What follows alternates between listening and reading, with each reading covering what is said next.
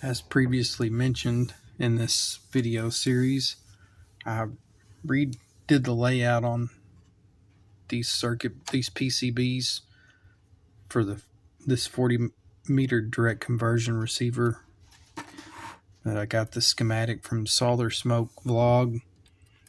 And what I did was, and I'm hopefully everything will work good here, and I'll put this on GitHub along with a bill of materials so that people can have these circuit boards produced if you want to build it this way. These cost around, I think it was, these were about 7, these were 8 something. And the difference in these is this is the surface mount version, this is the through hole version. So assuming that both of these work correctly, you don't have to redesign them, change the layout or anything. You could pick whichever one you want. The surface mount, all the components are 1206s except for these diodes, which I could only find a surface mount in one. They only had them that in one size package. But everything else, surface mount, LEDs, everything is all 1206s. And I laid the toroids down flat this time, and there's better markings on where the wires go. So hopefully this will be a lot simpler. So this is the secondary. This is the center tap. This is for the tri-filler. So you've got your secondary, you've got your center tap, and you've got your primary. And these two are the same thing. And then for your other two, where you've just got a primary and a secondary, you can see it even tells you how many turns on there. 28 turns for the primary, for the secondary side, and 5 turns for the primary side. And it takes up a little bit more space on the board to lay them flat, but I think they're going to be more stable. I think it's going to be easier to keep the wires shorter and things like that. So I guess I'll try it and see how I like it. The other thing I did, it does not use surface mount electrolytic capacitors.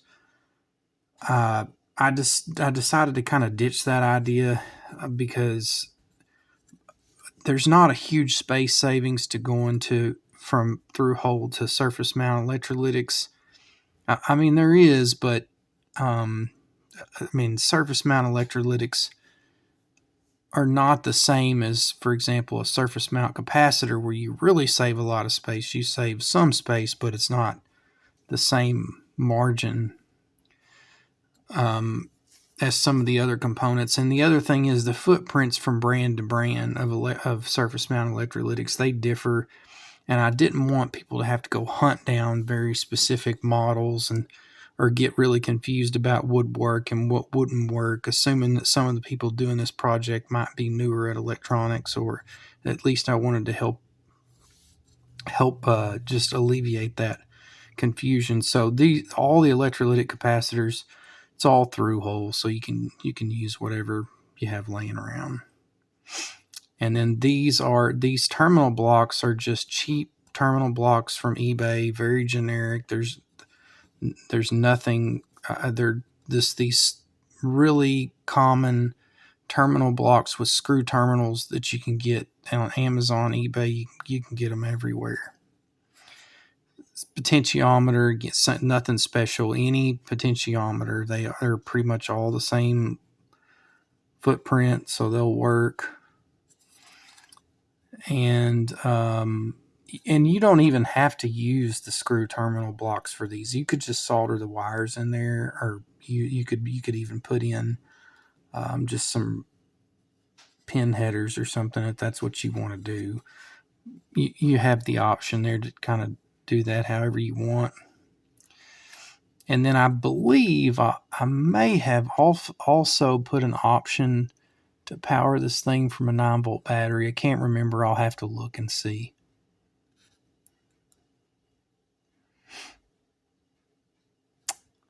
But yeah, so that's the surface mount one. the through hole one, I mean, it's really the same thing. It's just a lot bigger because it uses through hole components.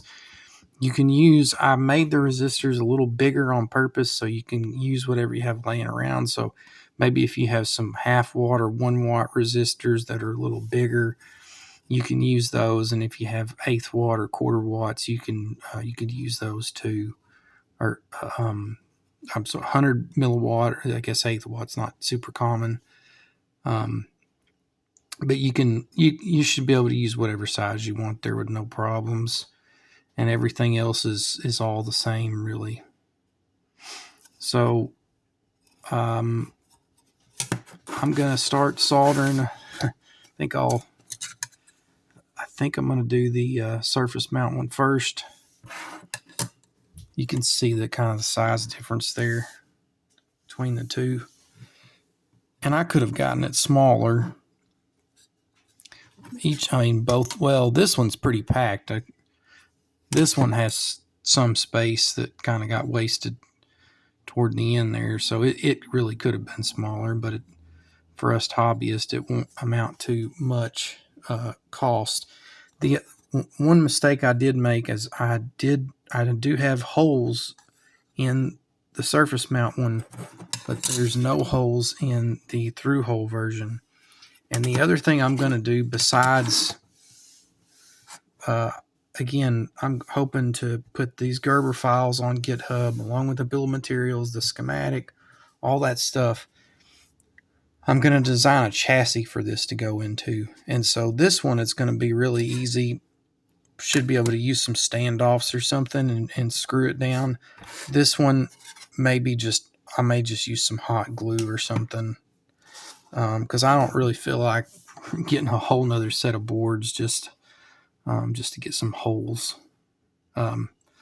So anyway, in the 3D, the chassis that I'm going to 3D print, the way it's going to work, if you notice, you've got the potentiometers they're up front here, and I tried to place the connecting wires in kind of an appropriate place, but I think it's going to be kind of like, I'm not exactly sure, but I think it's going to be kind of like an open top chassis. It's just going to be a place to mount the board and to mount the tuner, and then maybe even a place you could mount a battery or something if you wanted to. So, but yeah, I will start soldering on this and take you along for the ride. All right, we got everything soldered up. There's quite a few changes.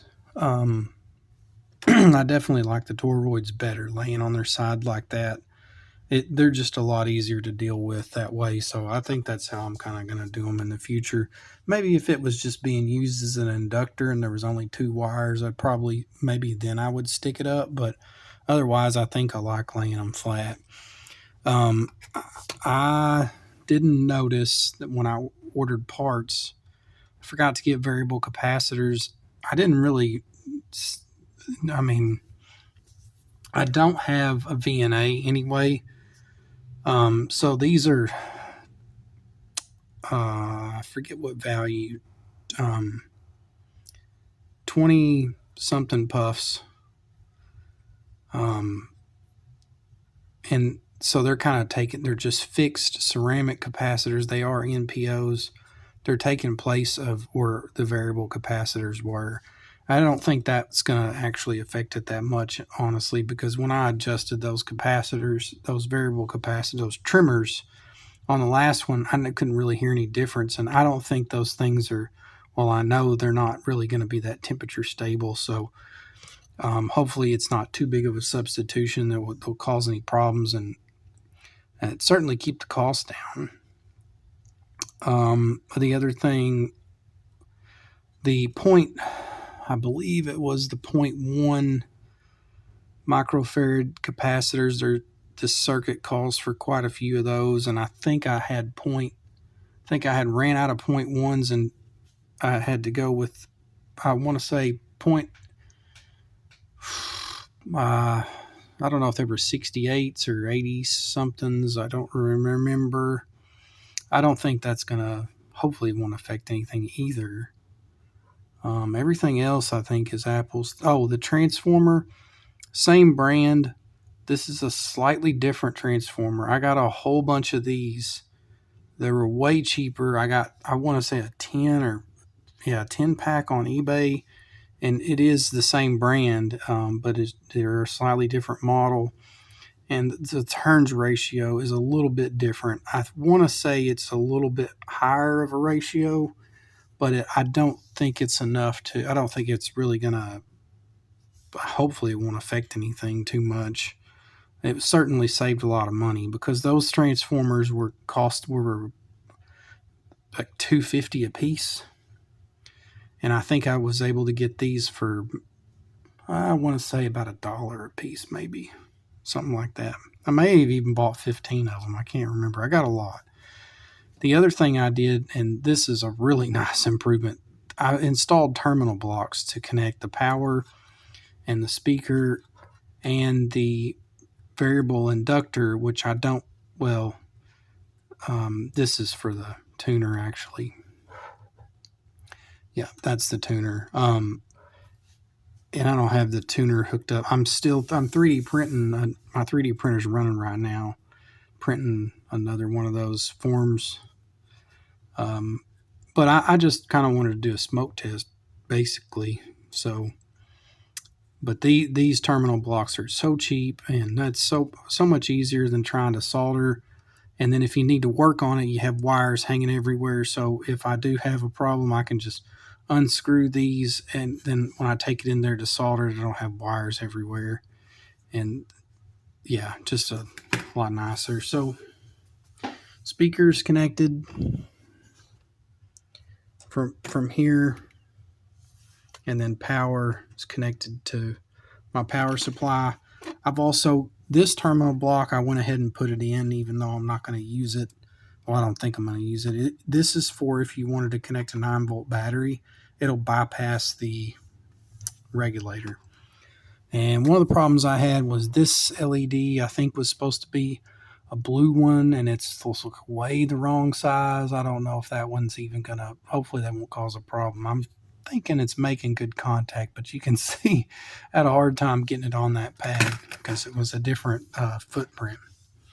So here we go. I hear some oscillating. It's a good, I guess that's a good sign. It's responding to the volume control. So that's nice. We've got one LED. Yeah, that one that I suspected might not work is not lit up. And this is a fuse, by the way. I put a fuse in. I couldn't find I wanted to use, I think it was a 50 milliamp fuse is what I wanted. This is way too big. I think it's a 500 milliamp. Better than nothing, I guess. But main thing was just to have that on the footprint so that when I get to the point where I feel like this is a good solid layout, and other people, and I put it on GitHub, I want people to be able to put a fuse in there.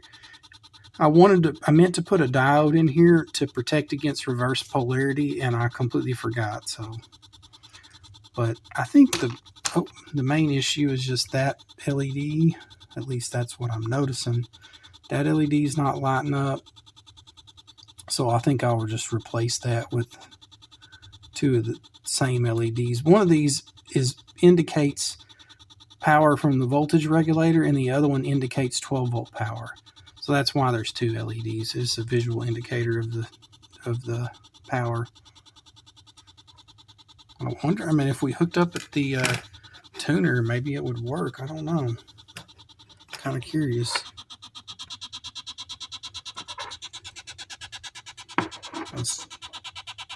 Oh, I don't have the antenna hooked up either, but the antenna's in the backyard. But I will change that LED out, and then we'll get at least get the tuner hooked up and see if this strange oscillations goes away and is replaced with some static, hopefully. Okay, here's the through hole version, all soldered up.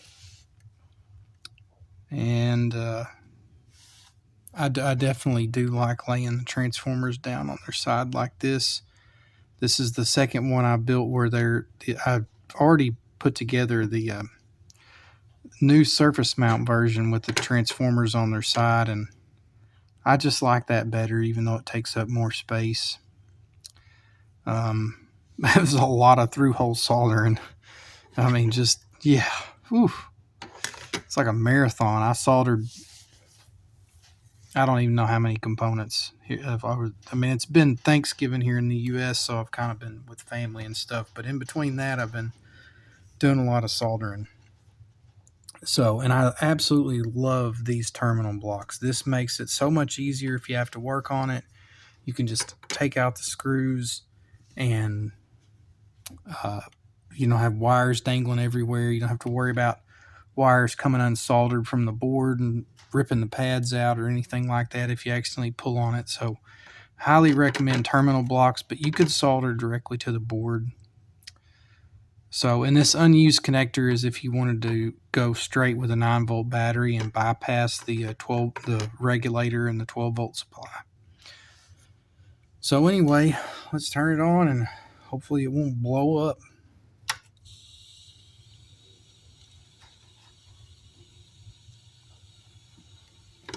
Well, the LEDs are on. I hear static. It's a good sign. Let's see if the volume control works. Ooh.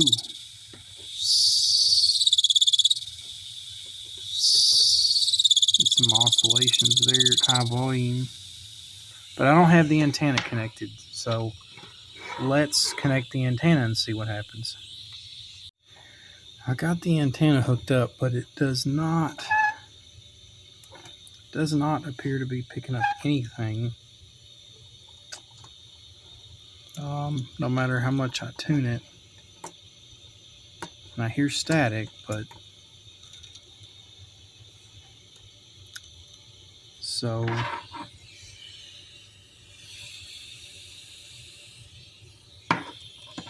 I'm going to do some troubleshooting. Okay, let's try the surface mount version again with, well, I've got the tuner hooked up to it now. And I thought, yeah, I think we can hook the antenna up to it as well.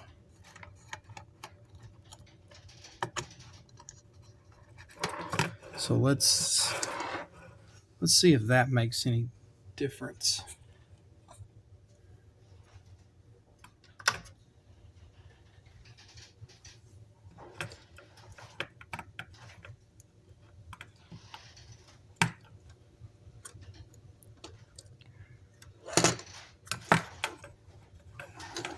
Interesting. Nothing.